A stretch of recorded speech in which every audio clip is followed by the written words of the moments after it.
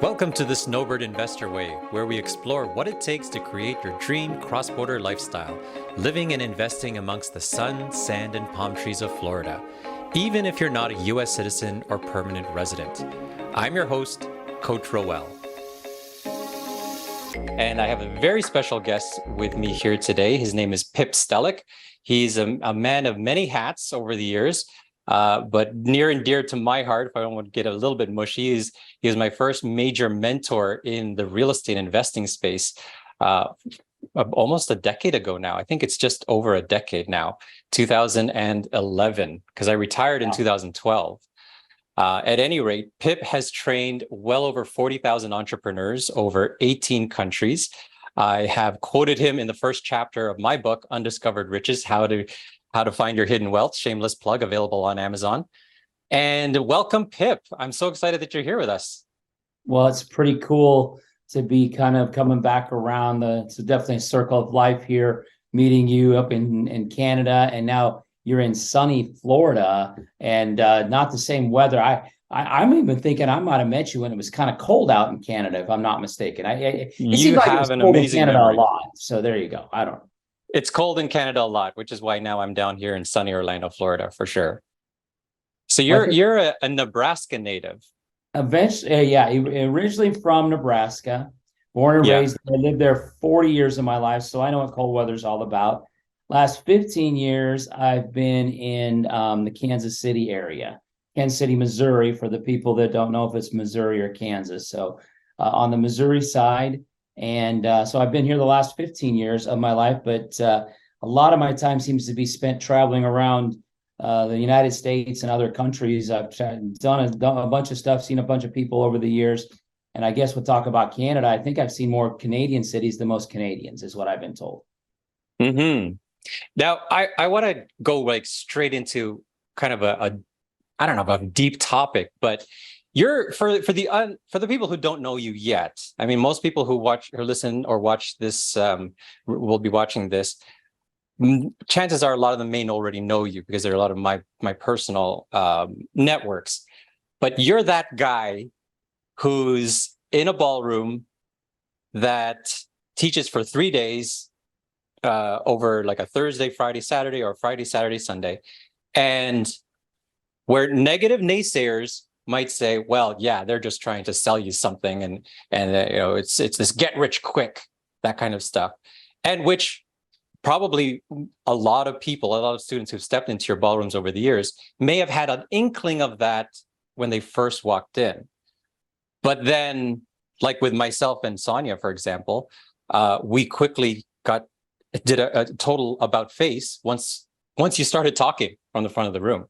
And so you've had this amazing career where you've been able to, again, I'll reiterate, you've been able to mentor over 40,000 entrepreneurs over 18 different countries. And now we're going to get into what you built back into the United States. Well, one of the questions that I would like to ask you is, when somebody says to you, or if someone has already asked you this question, if they say, I want to get rich, Pip, how do I go about doing that? Where do you even begin to start to answer that kind of question? Well, I think at the end of the day, what you really have to look at is, getting rich quick. Quick is a very subjective term. What's quick for one person may be not the same for somebody else. I don't think real estate is a get rich quick thing. You can replace a nice income fairly quickly with certain types of strategies. If you're a person making $100,000 a year and you do 2 good flips in a year, you can replace that income. You do a couple of lease options, you can replace that income. So the nice part about real estate is everybody needs it, no matter what the market's doing. And as long as you look at it as, I've got to learn how to do it with leverage. If you have your own money, your own credit, that's obviously a good thing, but it can also be a double-edged sword, because then you're always dependent upon that. And if you don't learn how to leverage and use other people's money, other people's credit, and most importantly, other people's time, all you've done is traded one job for another job. And so you want to learn how to leverage that to create the passive income that we all seek. But there's work involved. I know people always want to get rich quick, and they want it to be, I can sit at my laptop and get rich in my underwear. or my pajamas or whatever it is. I guess pajamas sounds better than underwear, but you know what I mean. Yeah. Too late. So I think it just has to be real. And every time I start talking in front of a group of students, I'm like, guys, this is not a get rich quick thing. I will literally go around and shake as many hands as I can before I start a 3-day training and say, just as long as you don't expect to be a millionaire in 3 days, we're going to get along just fine. Because I think that's a unfortunate thing that people get sold, is that bill of goods on whether it's online or wherever they've seen it. And that's where a lot of times education of what we do, a lot of people think this is a get rich quick process, and it's not. It takes work. And if you do the work and you do it in a specific way, you can make money no matter whether the market goes up, down, or sideways. And you can buy cash flow assets that allow you to actually quit your job. It's not like buying a stock and hoping it goes up in value, or putting your money into a 401k or some type of retirement fund and then trying to figure out how much do I have to live on for how long. Because if you're 60 years old and you're saying, okay, how many years am I going to live? And if you say you're going to live 20 years, which is probably the average for most men and women, if you say you're going to live another 20 years and you've got a nest egg of whatever number, if that nest egg isn't continuing to go up, then you've got a serious problem. So what we like to teach, and obviously you know exactly as much as anybody, Roel, is that you want your income to go up in retirement, not to actually spend your nest egg until hope, oh my gosh, I hope I live just the right amount of time so my money doesn't run out. So those are, obviously the things we need to look at. And I think as long as you put those expectations in people's heads when they walk in, it's logical. Now, obviously, marketing gets people in the door thinking, oh, I'm going to get rich at this. But I think deep down, they know that it's probably not a get rich quick concept. So that's, I guess, the way I look at most of the education I've done. And it doesn't matter what country or culture I go to. Everybody wants to make more money. And no matter what country or culture I've been in, everybody needs a place to rest their head. So there's always options and opportunities no matter where. Yeah, I think it's a bit of a foregone conclusion that probably blanket statement 99% of people would like to have more wealth if they had the option. In your experience, and feel free to name drop countries, and you've traveled, like you've had some pretty amazing adventures over the years. What's the maybe the one or two top things that you see that are really blocking people from getting through to the next level? Like I'm referring to, we talk a lot about mindset, but from your unique perspective, from the front of the room, you've literally seen thousands and thousands of people over your career. Not that you're very old or anything. I'm not implying that, but you've seen some things and you've seen patterns. So I'm very curious from your perspective, what's probably like a quick answer? What if someone said, if you could just change this, you'd be golden?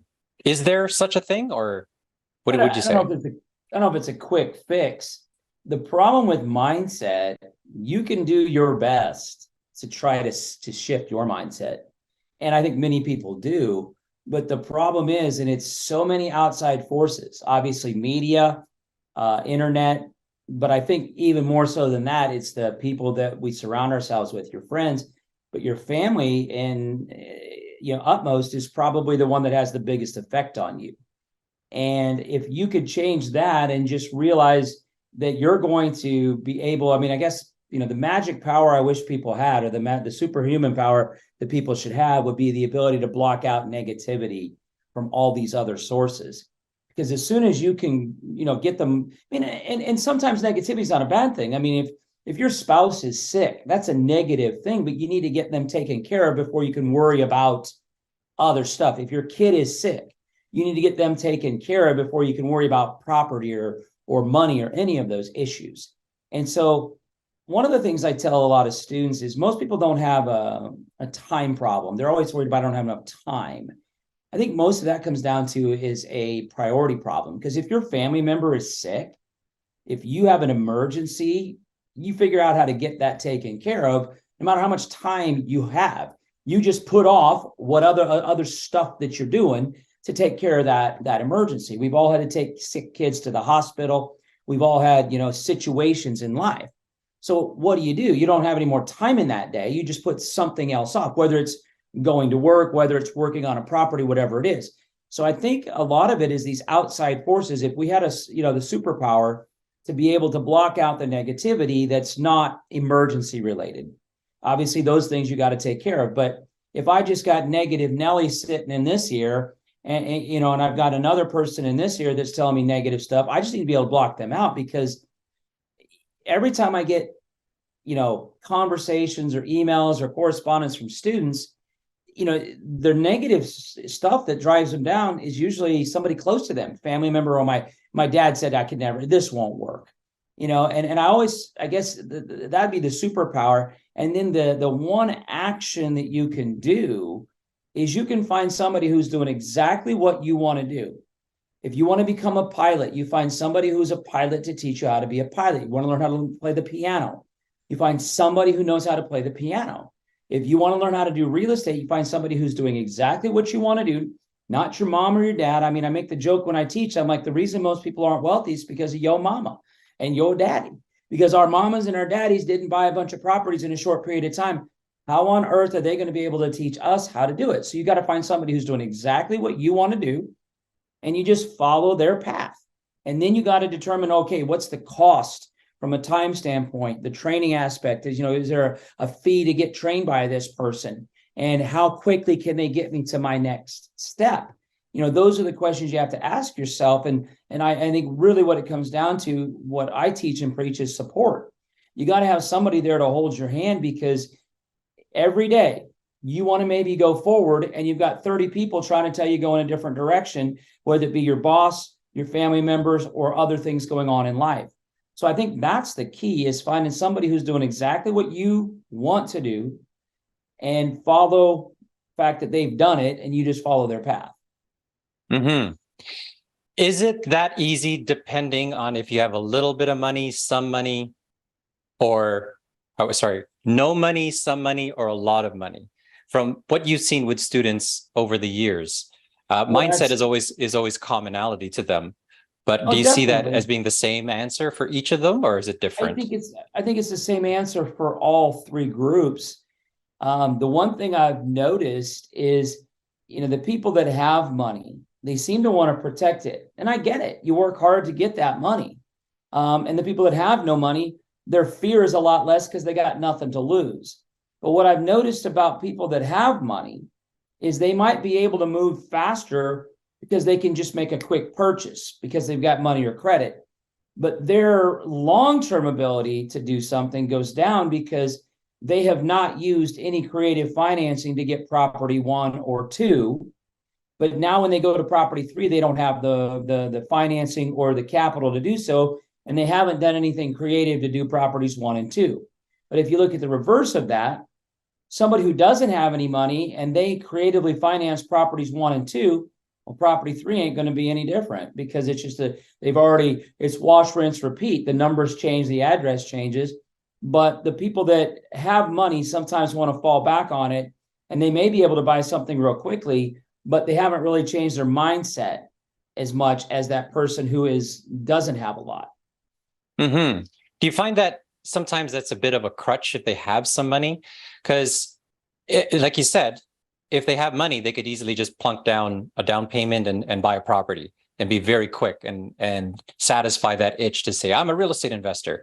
But then also people who have little or just some money, their challenge is a little bit different because they have to be creative finance. Because again, like where I'm getting at is theoretically, one of the things I learned from you and other mentors along the way since then is you don't need money to make money, right? You could use creative financing. And that's some of the things that you go into in great depth in your classes.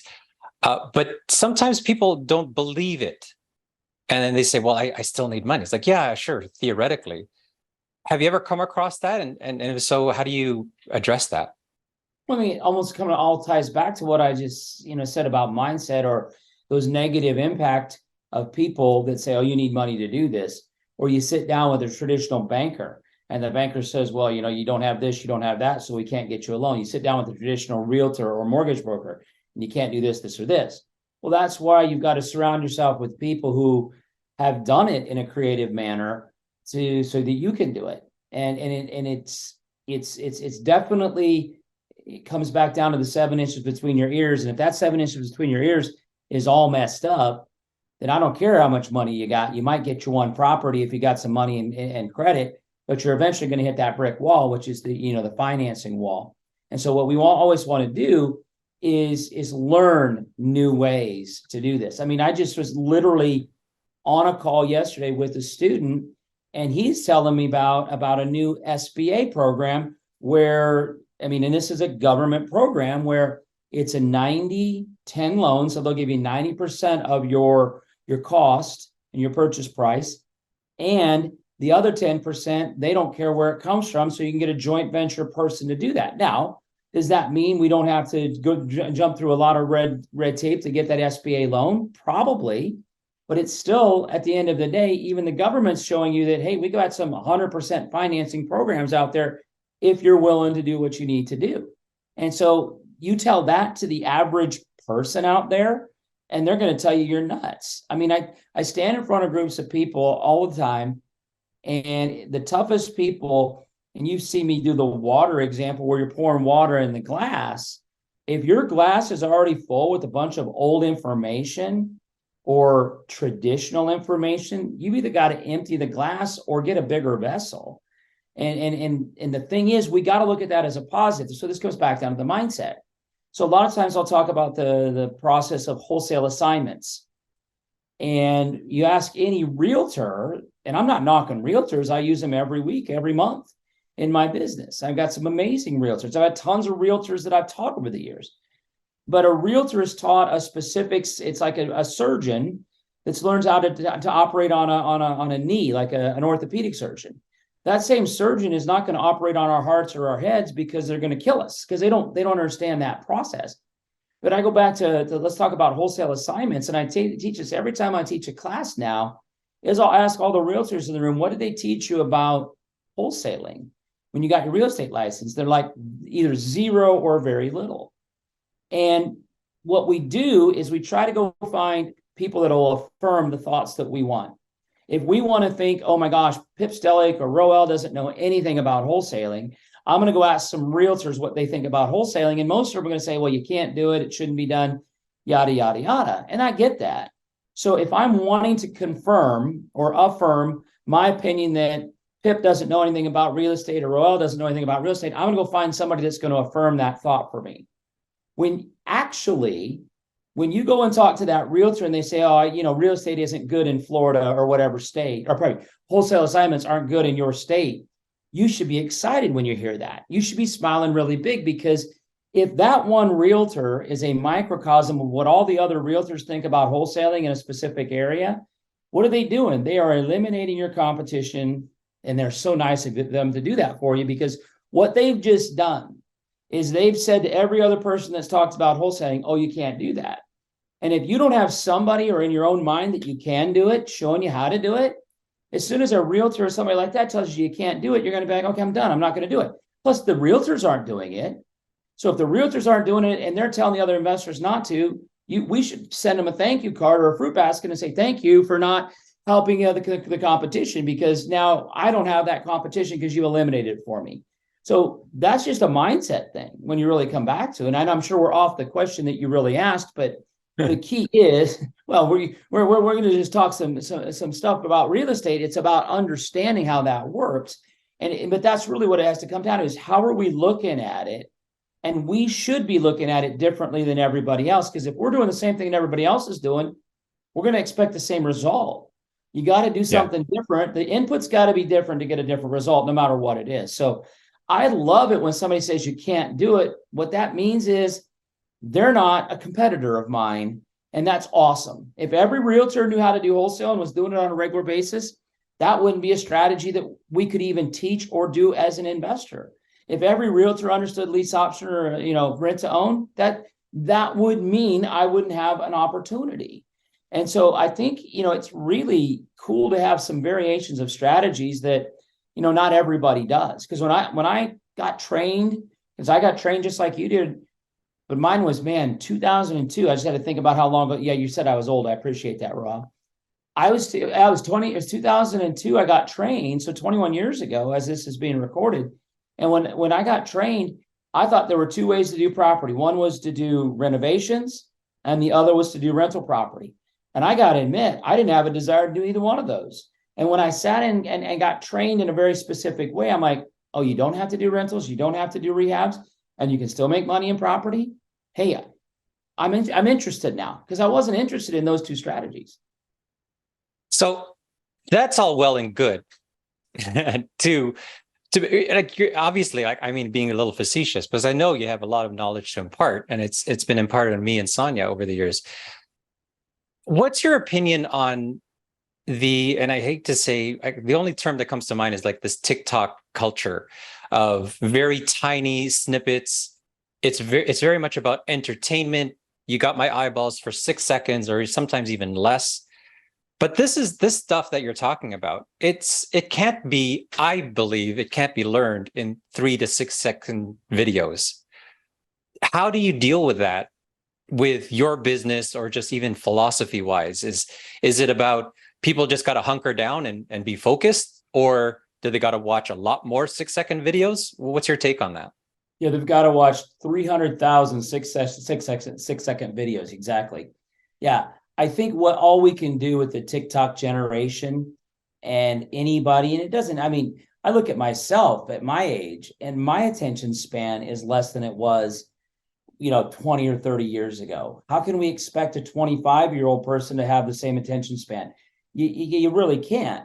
And then I look at my even the younger kids, their attention span is just so short. So I think what we have to do is we have to utilize those 6-second clips, because that's what I'm doing as we speak. I'm on Instagram and TikTok and all these other things in a very, very starting the process of it right now. How do I break down what I just said in 2 or 5 minutes into a 6-second clip? And I think what you have to do is you just got to say some things, and then people go, what? And I just did a video on my Instagram, Facebook, whatever it's on. And the amount of views it got was exceptionally higher than most of the other videos. And in it, it's only it's a 15 or 20-second clip. I'm talking about the fact that the bank doesn't own your house. And we talk about that. Everybody's like, well, the bank owns your house. Well, if you have a mortgage on the property, the bank doesn't necessarily own the house. They have a lien against it. If you don't pay them, they can take it back, so they control the property. And it's interesting to me that clip got so many hits, because I didn't think it was that exciting, but what it did is it got people talking. And so I guess what we need to do in the TikTok world, or whatever you want to call it, Roel, is to try to figure out, how can I get your attention span so that you're going, oh, I want to watch another video from this person. The sad part about it is, the things that do collect the views and the things that collect the most followers are things that, it's generally pretty girls, or girls in bikinis, or people that are just so out there doing crazy stunts, or a lot of different things that probably don't add a lot of value to our society, but that at least gets attention. I mean, we could go back and look, and obviously advertising has always had sex appeal. And it's going to be really hard for a guy like me in my hoodie to get a lot of sex appeal. And nobody wants to see me in a skimpy swimsuit. That'd be the last way for me to sell anything. But I think we've got to just be able to work in that world and realize that if I can give you some bit of content where you go, what did he say? And make you want to lean in and ask the next question, those 6-second bits become a second one, a third one. And they're like, I like this guy. I'm going to listen to maybe a 30-minute session of his. Maybe I'm going to watch his podcast, or listen to his podcast while I'm on the treadmill, or whatever I'm doing. Mm-hmm. Now, your company right now is called Pip's Path. We might need to have a whole other episode to talk about that journey. But to a bit of a teaser, maybe this could even be turned into a short form video like we were just talking about. What would you propose theoretically as like an ideal path? Somebody who's hearing about you for the very first time, that they've got all these other people shouting at them, they've got all these distractions and stuff, and they're like, this guy seems to know what he's talking about and has some substance. Take a person from there all the way to being able to achieve whatever their goals are, be it financial, be it all of the balance, all of the above. like how I was from the very, very, very beginning. Like a know-it-all. I was a certified financial planner in Canada. Uh, but somebody who's like just totally new to this, where I'm getting at is like in terms of, yeah, you have a 6-second thing, then maybe a 30-minute thing, and then, or what would be the ideal path for a student of yours these days? Well, I think at the end of the day, they've got to have a desire. I can't make anybody have a desire to want to buy properties or learn about buying properties. That's got to come from within or from society or their job that they're not satisfied or their bank account that they're not satisfied with. I mean, I think if you look up anything on real estate, we know that it is probably the one thing that has made more people wealthy than any other thing out there.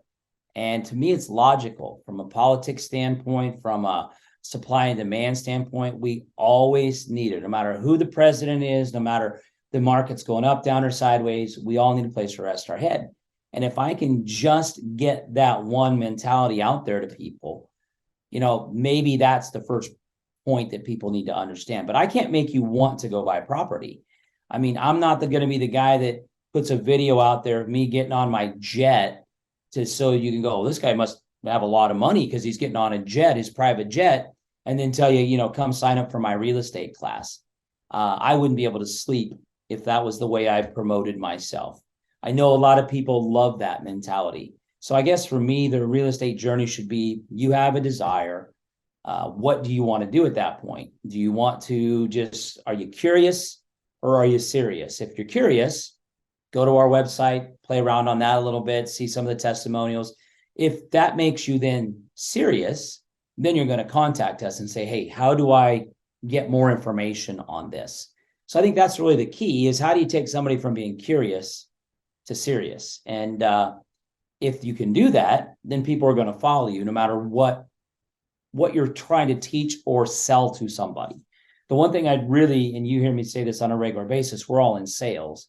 And if somebody says, I was literally at in a live event last week, and I admire the person I went and saw. I'm not going to drop any names here, but the first thing he said out of his mouth is, I'm not going to sell you anything.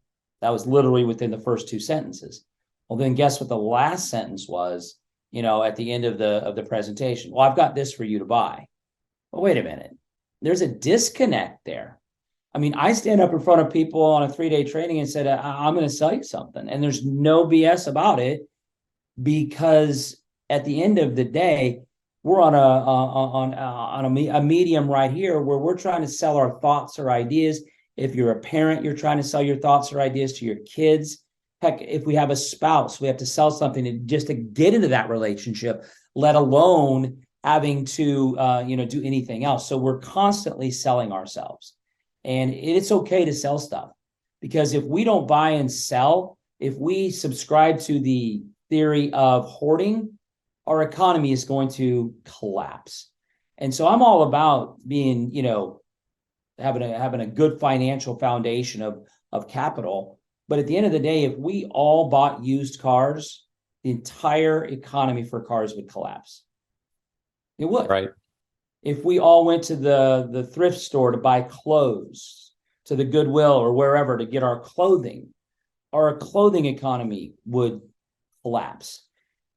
What makes the United States the most profitable country in the world is we have 1/3 the population of India or China. And so what makes us able to do that is a thriving class of people that can actually consume. Whether it's consuming content, whether it's consuming goods or services, we need to sell and consume, sell and consume. That's what's going to keep our economy thriving. It's not going to be, I bought this or I'm hoarding this and I'm going to save it forever. Because that dollar bill that you have in your pocket right now is going to be worth less tomorrow and the next day and the next day. So we've got to keep circulating the money. That's why it's called a currency. It comes from the word current, meaning to move. So those are my thoughts on that question. Mm-hmm. And to go back to that question, the path, kind of got off the path a little bit. So they get it. So, okay, they buy into the idea, for lack of a better term, is to pay a little bit more attention. What's the path if they're then within the culture or within the good graces of Pip's path? How are you going to bring them? What would be the ideal path for them to be able to achieve So we've got what they want? educational programs for them in multiple different formats. We have on-demand trainings, which is obviously like Netflix. You can fast forward, rewind it. We've got live online trainings that you can purchase that it's in this format. But there wouldn't be one-on-one. It would be more like, probably 15 or 20 people on a Zoom training, and those are consumed over multiple weeks. And then the other way that we teach classes, and we just got done doing this out in Denver, we had 5 of our classes in one hotel room, advanced level classes where people could take one class for 3 days, and maybe in one room was a wholesale class, and then across the hallway was a creative financing class. Then what we did is we brought all 50 students together for networking and meals, and just obviously the camaraderie of sharing ideas and the whole benefit of, oh, this is what you're doing, Roel, I should maybe look at that. Oh, I'm struggling here, you're struggling here, maybe we can figure out how to solve those problems together. And so that was, the third way that we get the information to people. But we also have lots of different things like every day of the week. Well, I should say every day of the week, 5 days of the week. We have RIA sessions. We call them Real Estate Investment Association meetings. And our students hop on there to ask questions of our trainers and our mentors. So there's a lot of community built in that way. And so that's different ways that people can get the information. But the most important step is just being curious to start with. If you're serious, go to pipspath.com and then ask us some questions, and we can start the process there, getting you interested or getting you information in the stuff that you're interested in. I hope I answered the question better there. I know I take circle paths all the time, and I go this path and that path, especially when I start talking. Yeah, no worries at all. That's part of your charm, and I've gotten used to it over the years. So that's great. So once again, where they can get in touch with you? Could you repeat your website? You can go to 2 things. You can just pipspath.com is our website, or just email us at pip@pipspath.com. Or wonderful. No, did I say that? Yeah, pip@pipspath.com. I got it. I was thinking I needed to put a Gmail in there, but no, it's a Gmail. It's all good. Yeah. That's your old email address. Exactly. It's just pip@pipspath.com, and that'll go directly to me. And if you have specific questions, you can ask them that way. Excellent. Once again, I really, really appreciate you taking the time to rap with me about all this stuff. It's been too long since we've caught up. And again, Pip Stehlik, he was my first mentor back in 2000 something, and up in Toronto. And still the mentor I look up to for guidance as we go forward, as we're both building our companies now. So thank you once again. So it's been my pleasure. And I should probably ask you, Roel, what are you doing now? What do you got going on? I think you got some cool stuff that you're doing, because what do they say when the trainer or when you get to a certain level, the student becomes the trainer? So yes, I wouldn't necessarily take that claim to fame just yet, but I certainly have taken the inspiration that you started with me and Sonia back then in that ballroom somewhere in Toronto back in, I think it's 2011, and just ran with it. Really, as I mentioned earlier, I was a Canadian certified financial planner when I walked into your ballroom, your 3-day training, thinking that I was kind of God's gift to Canadian personal finance. It was my job to literally know everything in terms of Canadian personal finance, but I got schooled. And when I tell this story, this is the guy, Pip Stehlik is the guy that schooled me on it and really put me in my place. Not that you did it, in any sort of confrontational kind of way, but I was like really impressed. And I thought, you know what, I got to empty that vessel.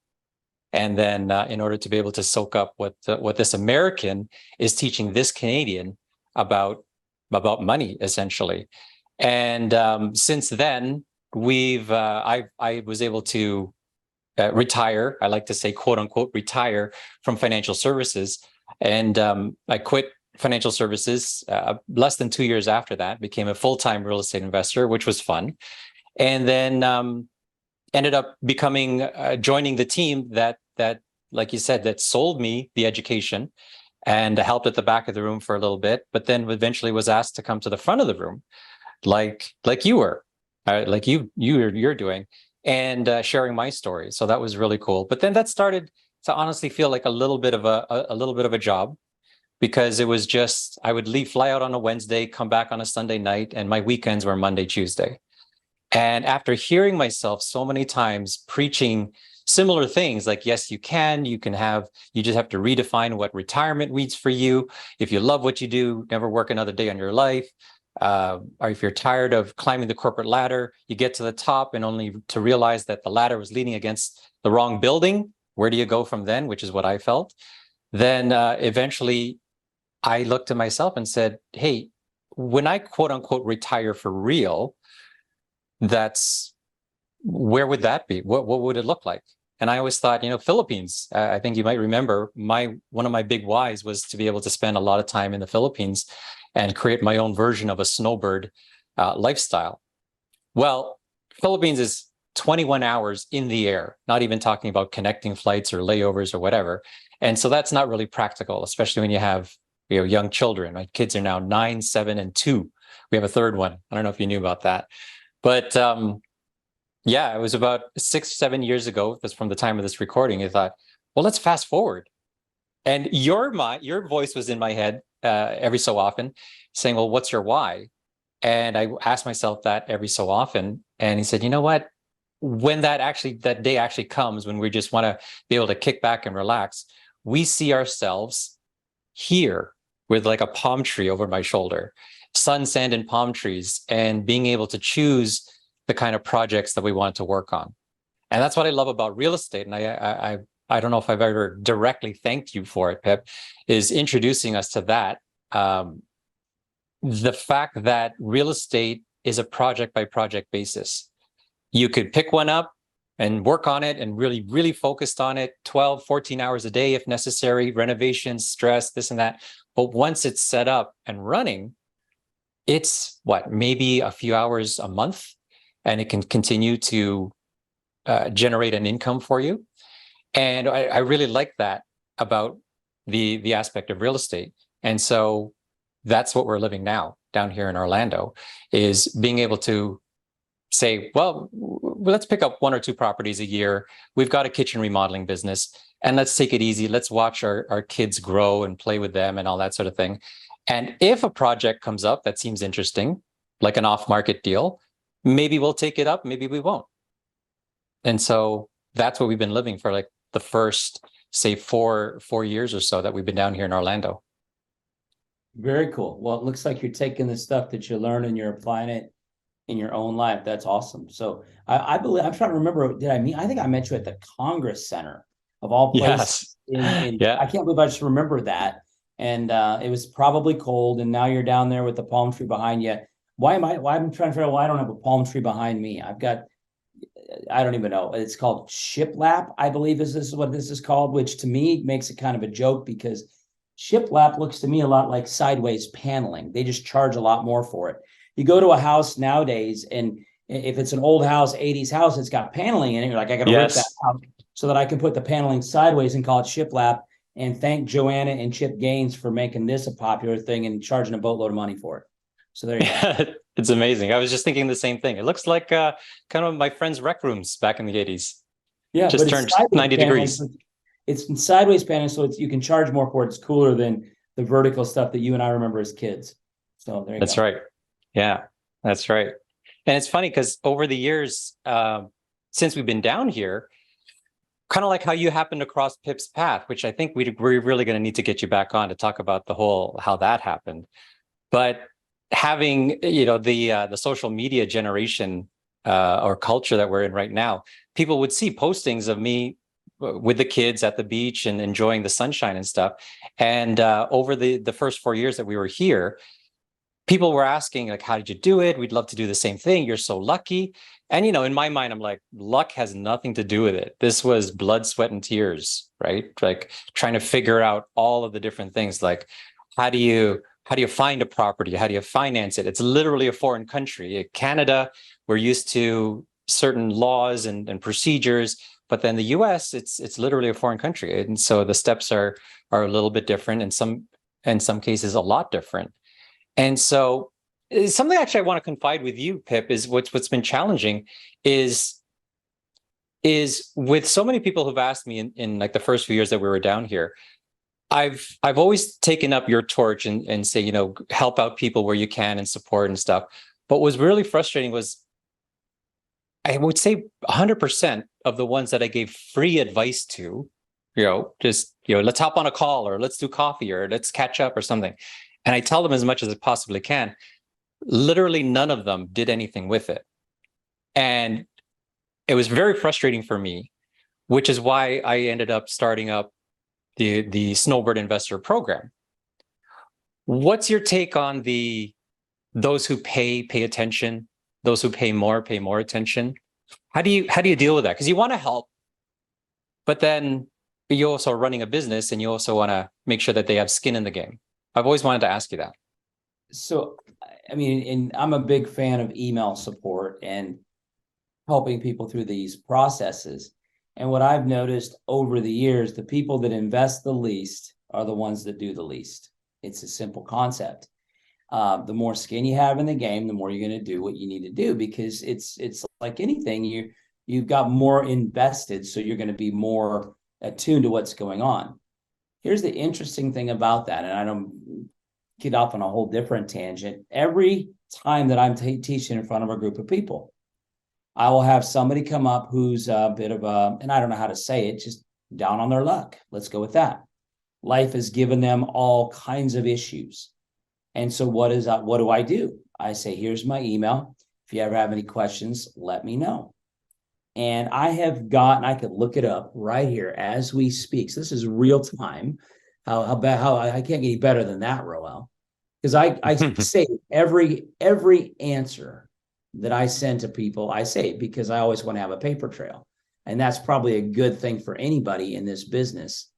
But over the last, let's say, I'm just going through here. So I know you don't really want to watch me do this, but I'm going to do it real quick. Over the last 2 months. So we're not even, so basically from the middle of April until right now, I've answered over 300 questions from people who didn't pay for any training from me. And if those people in that group are if it's an indicator of all the people that I've done this for in the past, those people eventually will fall off and quit asking me questions because it's too hard. It's not easy. And even though I'll give them as much as I possibly can, I will send them free stuff, free education, give it to them. And they don't do the work. And it's no different than, lifting a soda can is 12 ounces here. I can do that a lot. I can do it with other beverages of choice too, if somebody wants to drink something else. But you're never going to build a muscle on 12 ounces, no matter how many times you do this. So you've got to increase the weight, increase the pressure to get the muscle to be bigger. And I think that's what you have to do with your investment. The more you invest, the more you're going to work at it. The less you invest, the less you're going to. And when it gets hard, what are you going to do? You're going to quit. And so I think it's imperative that you've got to have skin in the game, because if you don't, you'll quit, because it's not easy. It may be simple, but it's definitely not easy. I got to ask you, how are you able to keep going with that? Because I am a lesser man in that sense, where I can get really annoyed very quickly with that, where I think probably at the second or third email, I would be saying, well, you got to really invest the time to learn this. Like, I didn't do this myself in just overnight. And neither did anybody successful, all the friends that we know together and all your new students that are coming through now. How do you keep that patience going to be able to answer those questions? I don't know. I wish I did. I wish I could tell you that. Wish you could bottle it. I'd buy it. Yeah. Well, yeah. I mean, there's so many things that, certain personalities allow you to do certain things. And my personality, I guess, is that if you tell me you're going to do this, and I've heard your story, and your story is kind of tough, you know what? I'm here. I'll help you as much as I possibly can. But at the end of the day, you're going to run out. And I tell these people every time, I say, if you don't put anything into this, you're going to quit well before I do. And I think maybe now it's a little bit of just an inner thing in me that's like, I'm never going to quit on anybody. And if I don't quit on you and you're the one that quits, I've done everything I possibly can. And I think the reason I do it is there's a lot of negativity in this world. And there's a lot of people that want to knock what you do, what I do as far as education goes. And the one thing they can never knock me on is that there's going to be somebody there to hold their hand through this. And if they're not successful, it's not because they didn't, it's not something we did. I can only control what I can control. And if I can control answering your question when you have it, then I've done my part. I can't make you go out and make the offer. I can't, tell you to do, I can tell you to do things, but if you don't do them, it's not going to help. You can't get help. So I think it really comes down to, I guess it's my pride that the reason I do it is I've said I'm going to do it. And it's no different than getting on a podcast with you or anything else that somebody says, hey, do you have time for this? Technically, do I have time for things? I can always think of something else I want to do. There's a pool calling me right out there right now that I could be, it's 90 degrees outside. But here I am in my cold basement because my wife keeps the house so cold in a hoodie talking to Roel on a podcast, which is fine because I look at it as Roel made a commitment and he's doing exactly what he said, which is following through with his knowledge. And now what's he doing? He's helping that next level of people. Does he get paid for it? Yeah. Does he make a living doing that kind of stuff? Part of his income comes from that, like mine does. And there's never a worry with that. And that, I guess that what makes us feel pretty confident is that we don't have to worry about where our next meal's coming from because we know we can always go out and create, whether it's more real estate clients or, as you said earlier in the podcast, I can go find the next deal. And you can do it however you want. You can do it with as much effort as possible, or you can do it with as little effort as possible. But you can go get another property that's going to be able to feed your family. And the coolest part about it, I think, the peace of mind that we should have is that you got 3 little kids that if you teach this stuff to, they're never going to need to fish, or they're going to know how to fish for the rest of their lives. You're not going to have to feed them. And so it's kind of that same mentality as we're creating legacies for the people behind us that come after us. And if I want to live if I want to live forever, I've got to make an impact on people after I'm off this earth. And I guess maybe that's why I feel so inclined to continue to help people, because as one of my buddies said one time, he said, someday somebody's going to say, I don't remember that guy's name, but I know he changed my life. And it was some things that he said, some things that he did, and he was there to support me and change my life, and it changed my family's life. And if I can keep doing that over and over again, that's the purpose that I have on this earth. On that note, that's a great inspirational note. And again, if I haven't said enough, I want to thank you very much for helping set Sonia and I on this path. We wouldn't be down here in sunny Orlando, Florida, without that what do you would say, that fateful 3-day training where you sold us on the idea that we could actually achieve this stuff. And look where we are now. It's pretty darn cool. And just as a shameless plug, if anyone listening or watching this wants to learn how to invest down here in Florida, especially as a foreign national, go to snowbirdinvestor.com or email support@snowbirdinvestor.com. And if you want to follow the same path as Pip has laid out for us, and the path that Sonia and I have over the last 10 plus years, go to pipspath.com or email the man himself, pip@pipspath.com.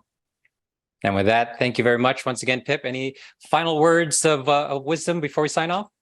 I have no words of wisdom. Just, my job is to kick people in the assets and get them out there and doing stuff. So, as Nike says, just do it. Thank you very much, Pip. Thanks, Roel.